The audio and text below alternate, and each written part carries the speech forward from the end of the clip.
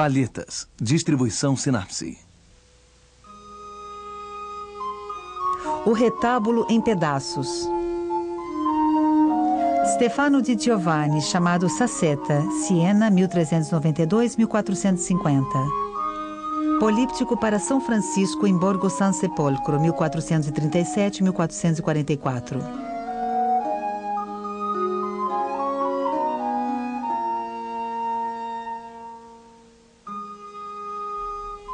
Borgo San Sepolcro, uma pequena cidade nos confins da Toscana e da Úmbria, perto de Arezzo. Em 1304, o Conselho da Comunidade decide erguer um altar-mor na igreja do convento franciscano em homenagem a um monge que acabara de morrer, Ranieri Razini. Ranieri é cultuado fervorosamente pelo povo. A ele são atribuídos vários milagres.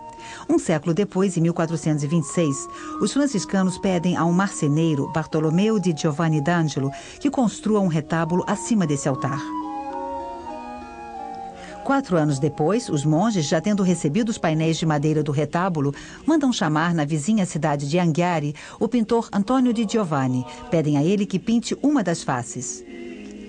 O trabalho nunca foi executado. Em 1437, os monges convocam então o mais renomado dos pintores sienenses, Stefano di Giovanni, que a partir do século XVIII será denominado Sassetta. Sassetta pintou para a Corporação dos Artesãos da Lã um grande políptico, hoje desmembrado e dispersado.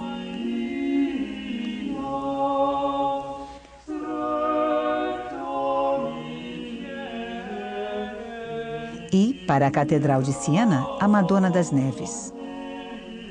Também são conhecidos outros quadros de sua autoria, entre eles um São Martim, 2 fragmentos de um mesmo painel sobre a adoração dos magos. Diante de um tabelião, é firmado um contrato, mediante o qual o pintor se compromete a fabricar um quadro sobre madeira com a mesma largura e altura daquele que já se encontra revestido no altar-mor. Compromete-se também a pintá-lo de um lado e de outro, entregá-lo num prazo de 4 anos e colocá-lo ele próprio no lugar. Por este trabalho, ele vai receber 510 florins. É a quantia mais elevada já paga na época por uma obra pintada. Siena, cidade livre há vários séculos, é, na época, um dos núcleos artísticos mais ativos da Itália.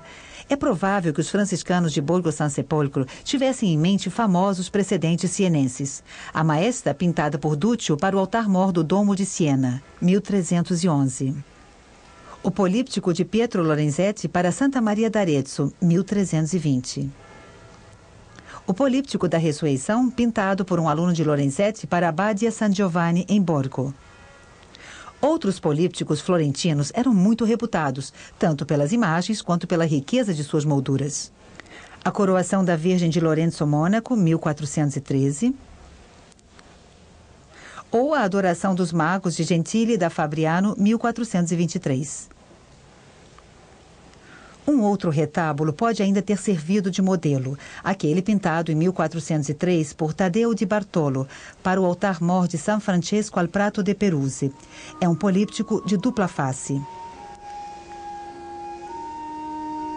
A forma em cruz grega das igrejas franciscanas justificava essa disposição.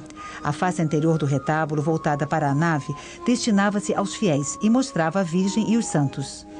A face posterior, voltada para o coro, destinava-se aos monges e mostrava São Francisco e outros santos. Em menos de 2 séculos, São Francisco de Assis tornou-se o santo mais popular da cristandade. Nessa época, em que poucas pessoas sabiam ler, a ordem religiosa fundada por ele cercou-se de pintores que difundiam por toda a parte a sua lenda em imagens. A elaboração dos polípticos era muito demorada. Preparação dos painéis de álamo, colocação de fragmentos de tecido nas imperfeições da madeira, camadas sucessivas de revestimentos à base de gesso, polimento muito delicado, decoração das molduras, gravação com estilete, colocação do bol d'Arménie, de folhas de ouro e de prata, escurecimento do ouro, traçado das auréolas e decoração com punção, desenho com zaragatoa, trituração dos pigmentos com água, mistura com o branco de chumbo para certos pigmentos e com a gema de ovo utilizada como liga. Pintura por pinceladas paralelas e camadas sucessivas. Devido a esses procedimentos, o pintor necessitava quase sempre de muitos assistentes e o trabalho se estendia por vários meses. Saceta levou 7 anos para terminar seu políptico, que ele só veio instalar em junho de 1444. Um retábulo com 2 faces era muito pesado. Portanto, a predela que servia de base tinha que ser larga e sólida. Ela mostrava de 3 a 5 cenas. Um painel central elevado era ladeado por painéis laterais. Assim como em vários outros retábulos, o encaixe entre os painéis ficava escondido por colunetas. Um conjunto deste porte tinha que ser sustentado por contrafortes laterais, como mostra o retábulo da Capella Rinuccini, em Santa Croce de Florença. Existia ainda um outro registro, uma série de painéis mostrando santos ou profetas, talvez arrematados no alto por pináculos. O toque final era dado com molduras, flechas e esculturas, talvez mais complexas e douradas, coroando o conjunto. As passagens de cada lado do altar eram fechadas com cortinas. Não foi encontrada nenhuma descrição do retábulo já instalado. Os arquivos só mencionam que ele foi desmontado a partir de 1578, para a colocação de um tabernáculo no altar. Durante uma visita pastoral ao convento de São Francisco em julho de 1583, o bispo menciona 2 imagens, São João Evangelista e Santo Antônio de Pádua, presentes na Capela da Natividade da Virgem, e uma imagem da Virgem no altar da Assunção. Um padre, Giovanni Antonio Castiglioni, descreve em 1622 3 cenas da predela anterior, episódios que mostram Ranieri Razzini. Em 1810, os fragmentos do políptico foram vendidos. Durante o século XIX, eles passam de mão em mão.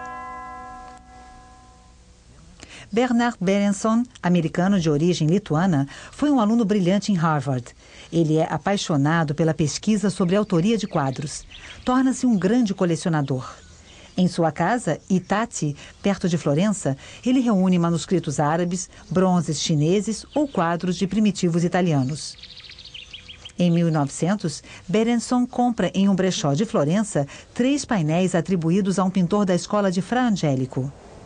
Ele imediatamente os identifica como sendo de Saceta, provenientes do políptico de San Sepolcro. O primeiro painel representa São Francisco glorificado, reconhecível por sua veste e seus estigmas.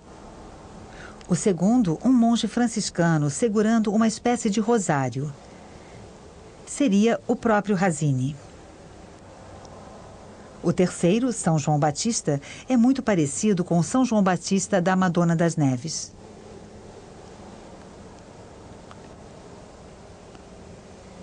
Berenson relaciona esses painéis a outros que ilustram episódios da vida de São Francisco e que na época se encontravam na França. Na coleção de Emmanuel Chalandon, São Francisco dá seu manto ao cavalheiro pobre. São Francisco abandona suas vestes. O reconhecimento da ordem franciscana pelo Papa. São Francisco recebe os estigmas. São Francisco prova sua fé perante o sultão do Egito. O funeral de São Francisco.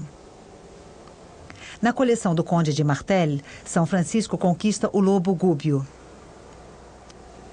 Na coleção legada ao Instituto da França pelo Duque d'Aumale, em Chantilly, o casamento místico de São Francisco com a pobreza. Em 1925, um colecionador e marchand britânico adquire os 6 painéis da coleção Chalandon e, no ano seguinte, o painel da coleção Martel. Ele os revende em 1927 a um colecionador americano, que em 1934 irá cedê-los à National Gallery de Londres.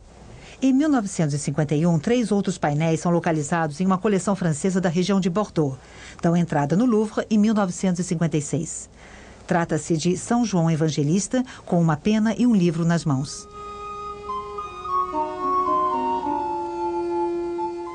Santo Antônio de Pádua, com chamas saindo de sua mão direita, símbolo do seu amor por Deus. A Virgem sentada no trono, segurando o menino Jesus e cercada de anjos. São com certeza os 3 painéis citados pelo bispo durante sua visita pastoral em 1583. Já era possível fornecer uma primeira hipótese sobre a forma como o políptico se reunia em sua origem. Em volta do painel da Virgem, os 4 grandes santos e, no reverso, o painel de São Francisco glorificado, emoldurado por 8 cenas de sua vida. Vários indícios permitem interligar os 14 painéis. Primeiro, os aspectos mais evidentes. As molduras em cirro de vinha são encontradas nos quadros de 3 ou 5 lóbulos. A seguir, a coincidência da forma e das dimensões entre os 2 grandes painéis centrais. Os painéis que representam santos têm a mesma largura dos painéis que descrevem a vida de São Francisco. Em cada face, as marcas dos capitéis das colunetas que uniam os painéis coincidem 2 a 2. Somando-se a largura do painel central com a dos 4 painéis adjacentes, obtém-se com uma diferença de 2 centímetros a mesma medida do altar-mor de São Francisco. A forma de tratar o rosto, os olhos, as orelhas, as mãos e os pés, a expressão vigorosa dos tecidos são as mesmas em todos os painéis. Um detalhe, entre muitos outros, a cor framboesa das cornijas nas construções. Em 1960, propôs-se assimilar 3 pequenos painéis do Museu de Detroit a elementos da predela posterior. São 3 momentos da Paixão de Cristo. A vigília no Monte das Oliveiras,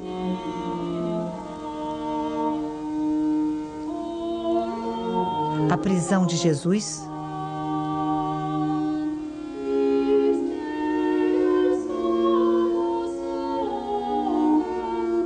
e um episódio da Via Sacra.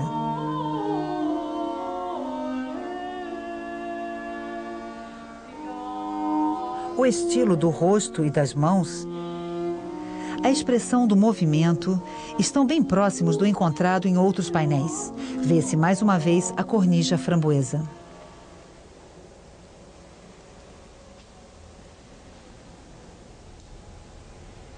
Um pequeno painel do Museu de Berlim corresponde à descrição de uma das cenas da predela feita por Castiglione em 1622. Os habitantes de Borgo San Sepolcro vão a Roma pedir a um cardeal que embalsame o corpo de Ranieri Razzini.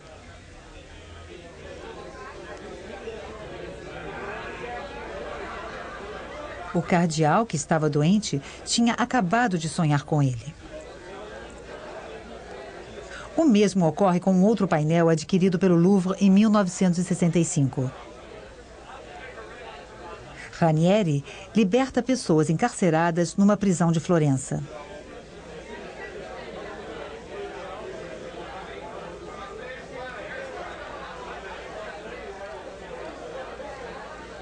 O mesmo texto de Castiglione permite identificar em uma coleção particular um terceiro painel, adquirido finalmente pelo Louvre em 1988. Ranieri mostra aos monges a alma de um avarento do vilarejo de Citerna sendo levada pelos demônios.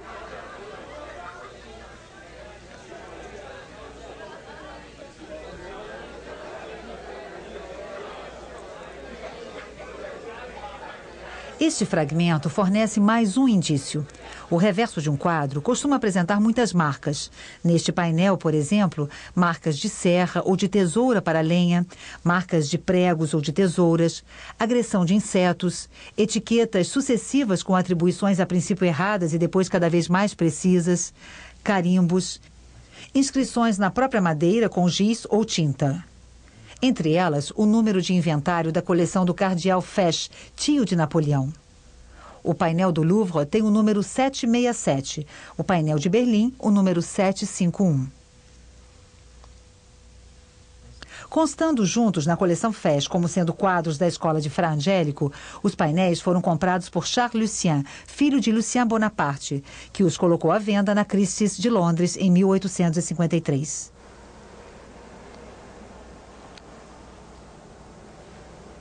Outros fragmentos com o mesmo tipo de decoração foram apresentados. 2 santos, Laurent e Etienne, do Museu Pushkin de Moscou,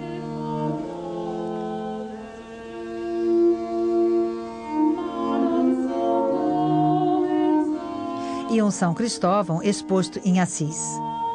Usava-se na época figurar os santos patronos dos comanditários. Segundo o contrato, Cristóvão era o nome de um dos comanditários do políptico, o outro chamava-se André. Portanto, é possível que uma das outras imagens que decoram os contrafortes seja a de Santo André. Foram formuladas várias outras hipóteses. Uma anunciação do Metropolitan Museum de Nova York poderia ter sido o pináculo da face anterior. Ela mostra, em frente ao anjo Gabriel, uma virgem cujo rosto é de fato bem semelhante ao do grande painel central.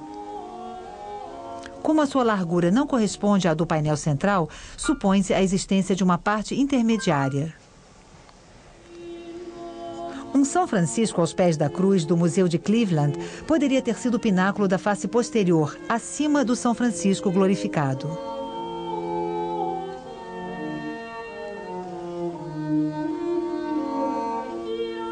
Pelas mesmas razões, imagina-se uma parte intermediária. Um Santo Agostinho de uma coleção particular de Nova York foi proposto como peça de um segundo registro. Deve-se então deduzir a existência de figuras similares para os outros painéis, como se vê em tantos outros retábulos. O que significa que, além dos 26 fragmentos recenseados com quase absoluta certeza, o políptico poderia ter ainda cerca de 30 peças. Todos os fragmentos encontrados e conservados nos museus formam um grande quebra-cabeça, que hoje já é possível reconstituir.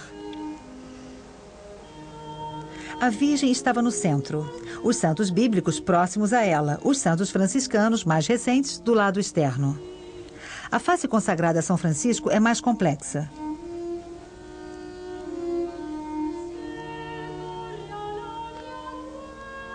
Os 7 painéis da National Gallery estão atualmente dispostos em 2 grupos, um de 4 e um de 3. As molduras retangulares estão embaixo, as molduras com ângulos arredondados na parte de cima.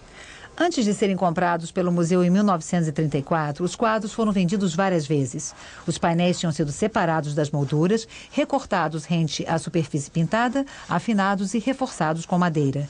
Foram recolocados em molduras modernas, mantendo, porém, as cantoneiras dos antigos painéis, retangulares ou com ângulos arredondados.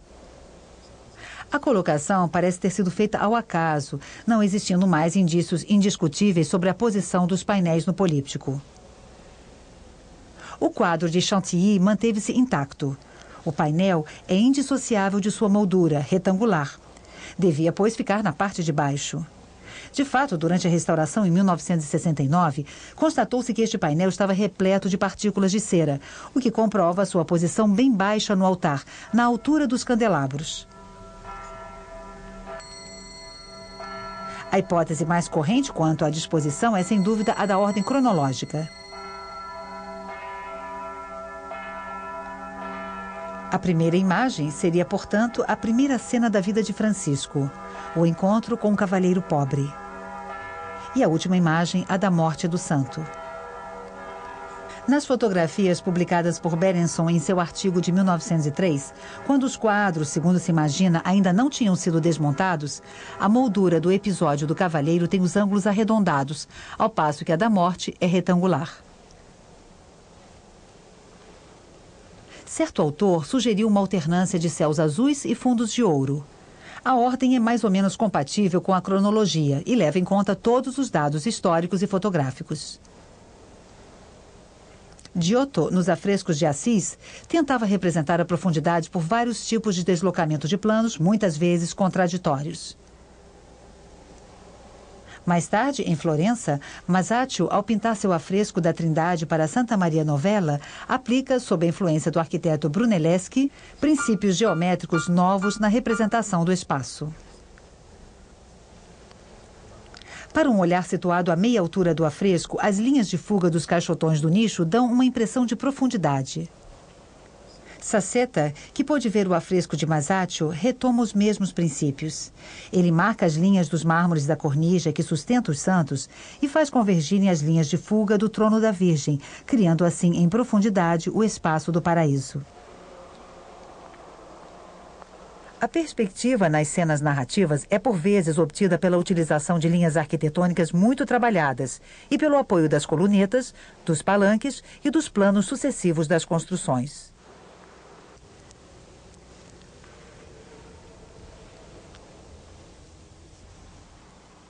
O pintor promove um diálogo entre o próximo e o distante. O cavalo atento e seus semelhantes minúsculos no final da estrada.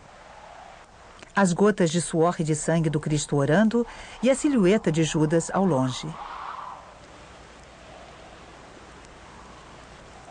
Uma novidade formal, a representação do volume. Os olhos são esféricos e giram nas órbitas. Da mesma forma, a espessura e os relevos dos corpos são muito perceptíveis. Por um lado, graças à modulação da cor. 5 tons da mesma laca vermelha permitem a modelagem da toga de São João Batista. Por outro lado, graças aos jogos de sombra obtidos com o verdátil, uma mistura de pigmentos castanhos e verdes. Saceta reproduz articulações, pregas, rugas, tendões, veias, muitas vezes até com um certo exagero. Mãos e pés têm um papel fundamental. São portadores de estigmas ou elementos de gesto-chave.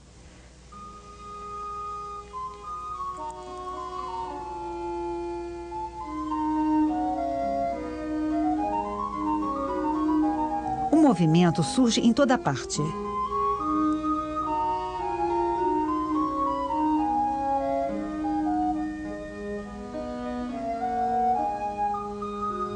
O gesto de Piero de Bernardone, furioso quando seu filho abandona o hábito. O gesto de Francisco, preparando-se para atravessar o fogo.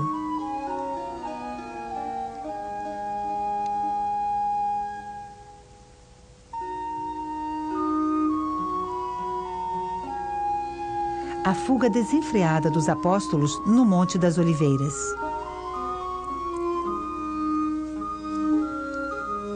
A cada vez, o desequilíbrio dos membros cria uma espécie de tensão, de suspensão do tempo na narração.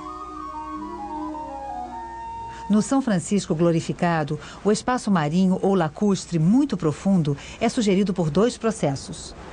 A diminuição regular do motivo repetido das ondas e o esmaecimento progressivo da cor verde. O processo de esmaecimento também é utilizado nos céus azuis, em que Saceta reproduz com grande simplicidade o espectro do céu toscano.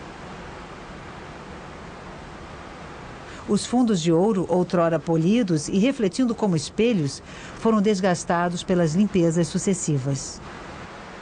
Hoje, eles mostram principalmente o bol d'Arménie vermelho. Na maioria dos grandes painéis, os sistemas de cores estão um pouco esmaecidos. Deviam ser muito rebuscados a julgar pelo sábio equilíbrio do São João. A cada tom da toga rosa corresponde um tom do manto verde.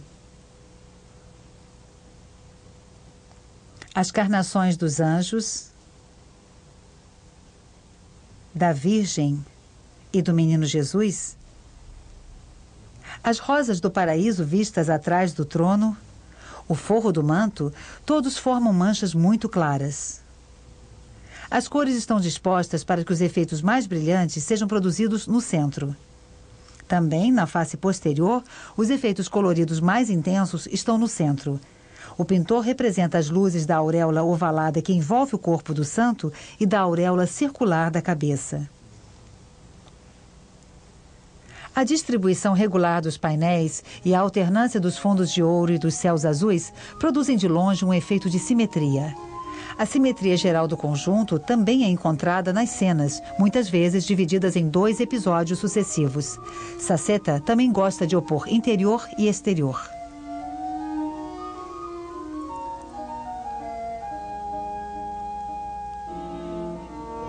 O políptico de Saceta forma uma rede complexa de imagens. Diversas narrações se comunicam fazendo um contraponto. Primeira história, a vida e a paixão de Cristo, tais como foram anunciadas por São João Batista e contadas pelos evangelistas. O Cristo quando bebê no colo da mãe. O Cristo adulto nos diferentes estágios da paixão. O Cristo de forma alegórica. Segundo uma antiga lenda, o pelicano abre sua barriga para alimentar seus filhotes. Aninhado em cima da cruz, ele é uma espécie de eco do Cristo. Segundo a história, a de São Francisco. A vida, os milagres, os sofrimentos e a morte do santo repetem, fazendo a sua transposição, o ciclo do sacrifício de Cristo. Sua posição com os braços em cruz evoca a do Messias. São Francisco, outro Cristo, é um tema que surge em algumas lendas cristãs a partir do fim do século XIV. Aos 3 votos da ordem franciscana, a castidade com seu ramo de lis, a obediência que leva à sujeição e à pobreza, vem se opor, pisoteadas por São Francisco, a luxúria, apoiada sobre um porco preto, o orgulho, guerreiro lutando contra um leão, e a avareza, uma velha agarrada a seus sacos de ouro e escoltada por um cão. Francisco apresenta estigmas. Em 17 de setembro de 1224, próximo às grutas do Monte Alverne, um serafim com 6 pares de asas, semelhante ao Cristo crucificado, aparece para Francisco e lhe transmite os 5 ferimentos provocados pelos pregos na cruz e pelo golpe de lança do centurião romano. São Francisco foi o primeiro estigmatizado. Teve ferimentos reais, sangrentos e purulentos, que os monges medicaram diariamente até a sua morte e que ele não gostava de mostrar. Depois dele, outros místicos foram marcados da mesma forma. Catarina de Siena, Teresa de Ávila, Catarina Emmerich. Os casos de estigmatização prosseguiram até a nossa época, como testemunha a vida do Padre Pio.